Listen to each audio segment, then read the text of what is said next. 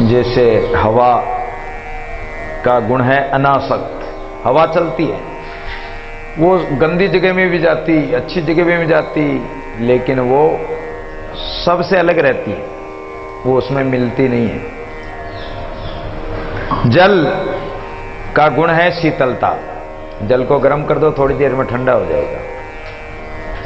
धरती का गुण है क्षमा, पृथ्वी पर चाहे खड्डा करो, अग्नि जलाओ, कुआं खोदो, लेकिन मलमूत्रादि त्याग करते हैं जीव, फिर भी वो क्षमा करती है।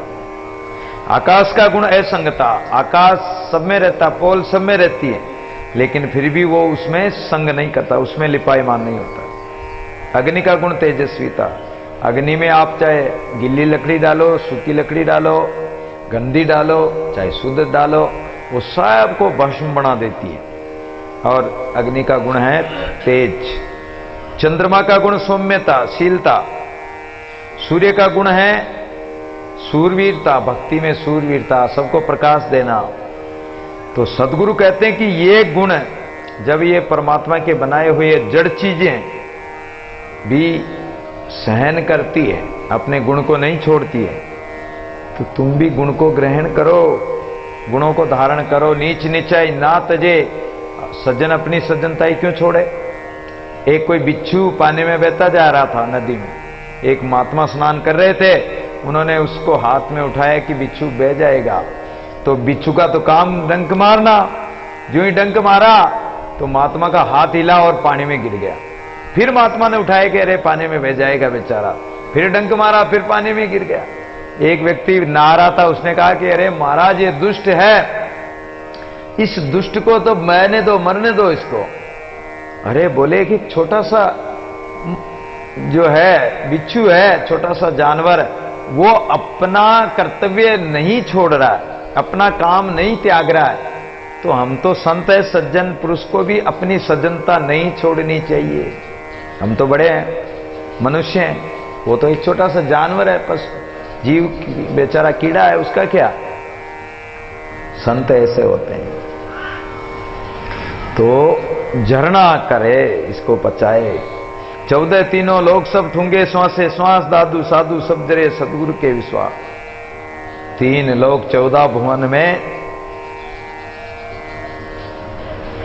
जो संपूर्ण गुण हमने पूर्ण रूप से धारण किए हों, गुण अवगुण, शीत गर्मी, सर्दी गर्मी, सुख दुख, ये सहन कर लिए। 5 इंद्रियों के विषयों को भी सहन कर लिया। श्वास प्रति श्वास में अखंड ब्रह्मानंद के रस में तदाकार होकर ही इनको सहन कर सकते हैं। परंतु ये सब सद्गुरु के उपदेश और विश्वास धारण करने से ही होता है, अन्यथा झरना करना बहुत कठिन है। सुख दुख में सम रहना ये भी बहुत कठिन है। अरे सुख आ गया तो फूल जाएंगे और दुख आ गया तो रोने लग जाएंगे, कहां फिर झरना कहां हुई। चाहे कितनी अमीरी आ जाए अभिमान जताना ना चाहिए, चाहे कितनी गरीबी आ जाए उस दाता को भुलाना ना चाहिए। तो इसलिए सहन करो, कभी सुख आए, दुख आए, प्रतिकूल परिस्थिति आए, अनुकूल आए, लेकिन एक रस रहना, ये झरना बड़ी कठिन है।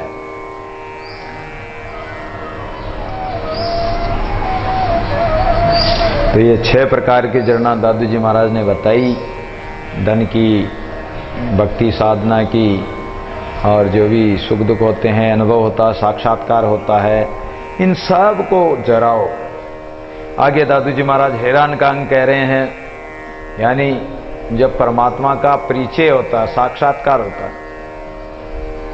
तो उस साक्षात्कार को जराने के बाद में फिर बड़ा आश्चर्य होता है। अगर जरा गए तो परमात्मा का जो अनुभव होगा, साक्षात्कार होगा, तो उस रूप को देखकर, उन आनंद देने वाले पद पदार्थों को देखकर, परमात्मा के जो लीला को देखकर आप बड़ा आश्चर्य करोगे, हैरानता होगी आपको। लेकिन उस हैरानता को भी जराना है। दादू अद्भुत दे क्या तैना को आवे जाए। आप धीरे धीरे साधना में आगे बढ़ोगे, साधना की थोड़ी गहराई आएगी, चिंतन की कोई अवस्था बढ़ाओगे तो ज्यों ज्यों एकाग्रता और चिंतन बढ़ता जाएगा तो आपको अद्भुत दृश्य दिखाई देंगे। आप करो तो सही, साधना करो तो सही, बाकी केवल बातें सुनने से तो क्या होगा, कुछ नहीं होगा। अगर साधना करोगे तो ये अनुभव होगा, अद्भुत दृश्य दिखाई देंगे आपको भूत भविष्य की बातें पता लगने लग जाएगी। तो इस सूत्र के अनुसार दादू जी महाराज हैरानकांत कह रहे हैं, दादू नमो नमो निरंजनम नमस्कार गुरुदेवते वंदनम सरसाद्वा प्रणामम पारंगत।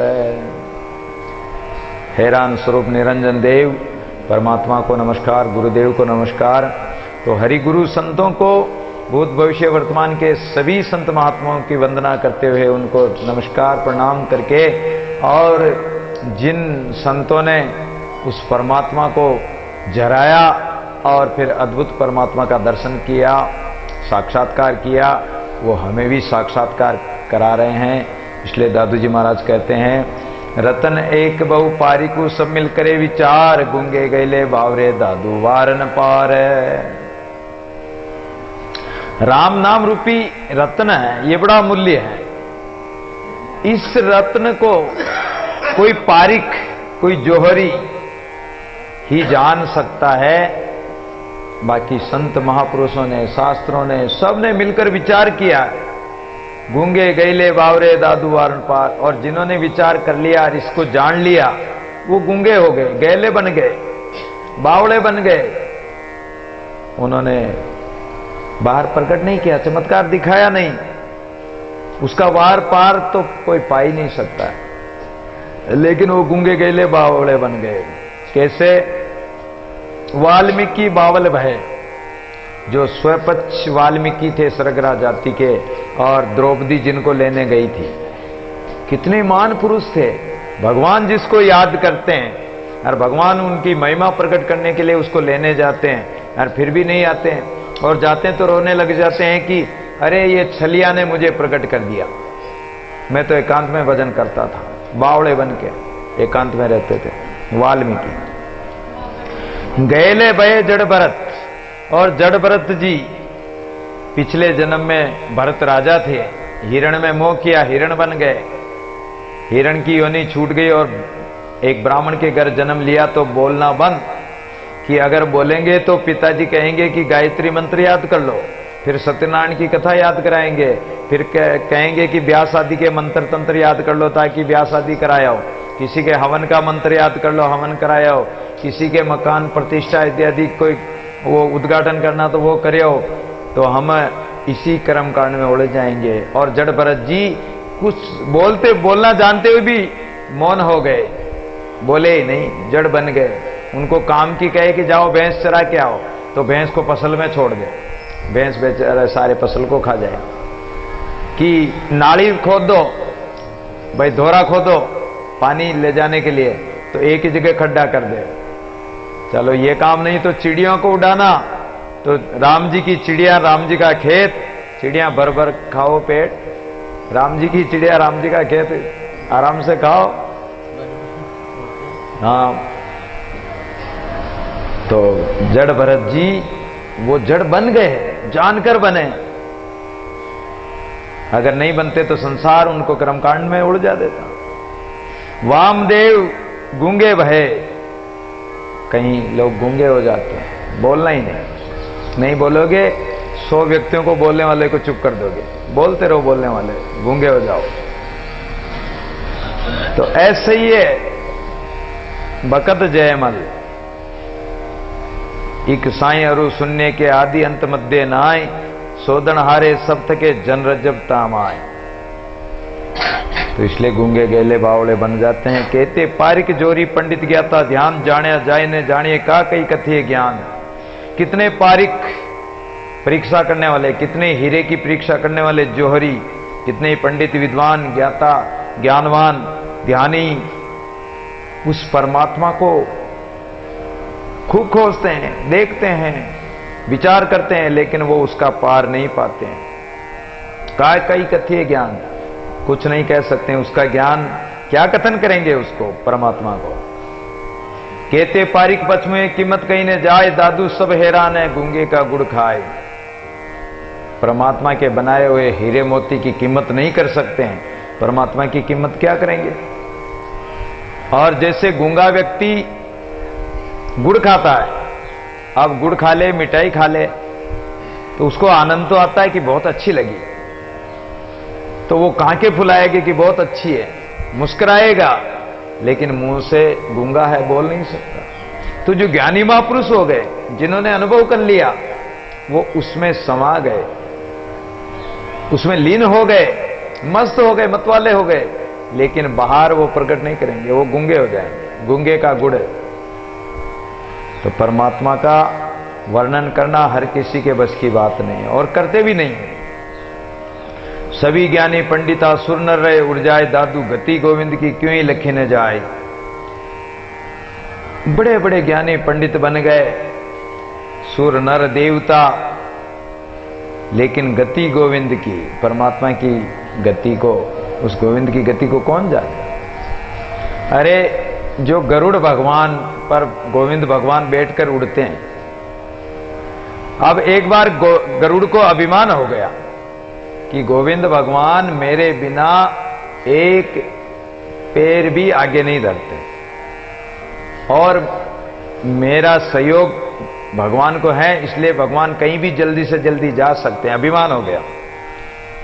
जब हाथी को बचाने जा रहे थे, उस समय गरुड़ को अभिमान हुआ, और भगवान ने देखा कि हाथी को तो बाद में बचाएंगे, पहले गरुड़ को बचाओ, ये अभिमान में डूबा जा रहा है। जब चलने लगे तो भगवान ने कहा कि गरुड़ उड़ो, अपनी एक चट्टी अंगुली उसके ऊपर रख दी और बोले कि गरुड़ उड़ो। तो गरुड़ कहता है भगवान क्यों मजाक करते हो, अब चट्टी अंगुली को रख के मैं कैसे उड़ूंगा, आप पूरे बैठो, चट्टी अंगुली को लेके थोड़ी उड़ूंगा। अरे बोले तू तो इस चट्टी अंगुली को ही उड़ा दे, समझ जाऊंगा तेरे को। गरुड़ भगवान ने कहा महाराज मजाक मत करो, पूरे बैठ जाओ तब मैं उड़ूंगा। बोले तू उड़ा तो सही। अब तो गरुड़ ने पंख फड़फड़ाए, लेकिन वो चट्टी अंगुली को भी नहीं उड़ा सका, नहीं उड़ सका। पूरी ताकत लगा ली, जो शक्ति थी वो सब लगा ली, लेकिन नहीं उड़ सका। गरुड़ ने सोचा कि ये क्या बात हुई, आज भगवान पूरे बैठते हैं, उसको उड़ाता हूं, और मेरी गति इतनी है कि मन की गति से कई गुना अधिक, हजारों गुना अधिक गति, मन जाने में कोई देर नहीं लगती, लेकिन उससे भी कई गुना अधिक उस गरुड़ की गति है, और इतनी मेरी गति है, आज मैं एक चट्टी अंगुली को नहीं उड़ा पा रहा हूं। अरे मैंने अभिमान किया था कि भगवान मेरे बिना कहीं आगे जा ही नहीं सकते हैं, ये मैंने अभिमान किया। ये विचार आते ही उनका अभिमान गड़ गया और बोले कि भगवान मेरा अपराध क्षमा करो, मुझसे गलती हो गई। अरे गरुड़ जल्दी चलो, भगवान बैठे और चल दिए। तो ये अभिमान किसी का रह नहीं सकता है। परमात्मा तो गरुड़ इतनी गति होते भी परमात्मा की गति को नहीं जान पाए, फिर और किसके बस की बात है। जैसा है तैसा नाम तुम्हारा, जो है त्यों कैसाई, तू आपे जाने आपको तय मेरी गमनाई। हे प्रभु, आपका जैसा नाम है और जैसे तुम हो, आप स्वयं ही आकर हमें बताओगे तो हम जान सकते हैं। जिसको तुम जनाओगे तो जान सकते हैं। सोई जानत जेहु देहु जनाई, अर्थात आप जिसको जनाओगे वो जान सकता है, और जानत जानत तुम ही हो ही जाई, यानी जानकर आपके समान ही हो जाएंगे। लेकिन आप जनाओगे जब, तू आपे जाने आपको तय मेरी गमनाई, वहां हमारी गति नहीं है। आप जो स्वयं ही जानते हो, आपको हम कैसे जान पाएंगे। कहते पारिक अंतन पावे, अगम अगोचर माए, दादू कीमत कोई न जाने, क्षीर नीर की नाई। सब परीक्षा करने वाले उस अगम अगोचर की नहीं कर पाए, उनकी कीमत भी कोई नहीं जान पाया। और क्षीर नीर की नाई, जैसे दूध में पानी हो तो आप कैसे पता करोगे कि इसमें पानी है। अब कितना पानी है, क्या है, और है तो आप उसको अलग नहीं कर सकते हो। जब दूध और पानी का भी आप एकाएक अलग नहीं कर सकते हो, तो अलग कौन करता है? हंस करता है। हंस की चोंच में ऐसा पदार्थ होता है कि दूध को अलग कर देगा और पानी को अलग कर देगा, दूध को पी लेगा और पानी छोड़ देगा। तो ऐसे हंस ज्ञानी कोई महात्मा हो, वो भले ही थोड़ा बहुत अनुभव करके इस मिथ्या संसार को त्याग के सत्य स्वरूप परमात्मा को अपना लेगा, लेकिन परमात्मा का वार पार तो वो भी नहीं पा सकता। जीव ब्रह्म सेवा करे ब्रह्म बराबर होय, दादू जाने ब्रह्म को ब्रह्म श्री का सोय। तो जीव अगर परमात्मा की सेवा करेगा, जीवात्मा अखंड ब्रह्म चिंतन द्वारा ब्रह्म का स्वरूप ही बन जाएगा। जो जा का सुमिरन करे होई ताई को रूपा, सुंदर ब्रह्म विचार से होई ब्रह्म स्वरूपा, वो ब्रह्म स्वरूप हो जाएगा। वार पार को ना ले कीमत ले का ना आए, दादू के नूर तेज पुन सब माए। इसलिए उसका वार उल्ला किनारा परला पार किनारा कोई बता ही नहीं सकता परमात्मा का। वो नूर स्वरूप तेजो राशि परमात्मा। हस्त पाव नहीं शीश मुख शरण नेत्र को कैसा, दादू शब्द के सुने कहे गए ऐसा। हमने शास्त्रों में सुना कि वो अपाणी पादो जवनो ग्रहिता, पश्यत चक्षु से श्रृणोत करण, स वेति वेदम नैच तस्य वेता, तमाहुर गयम पुरुषम महातम। अपाणी पादो, हाथ पैर होते हुए भी वह बिना हाथ पैर वाला है।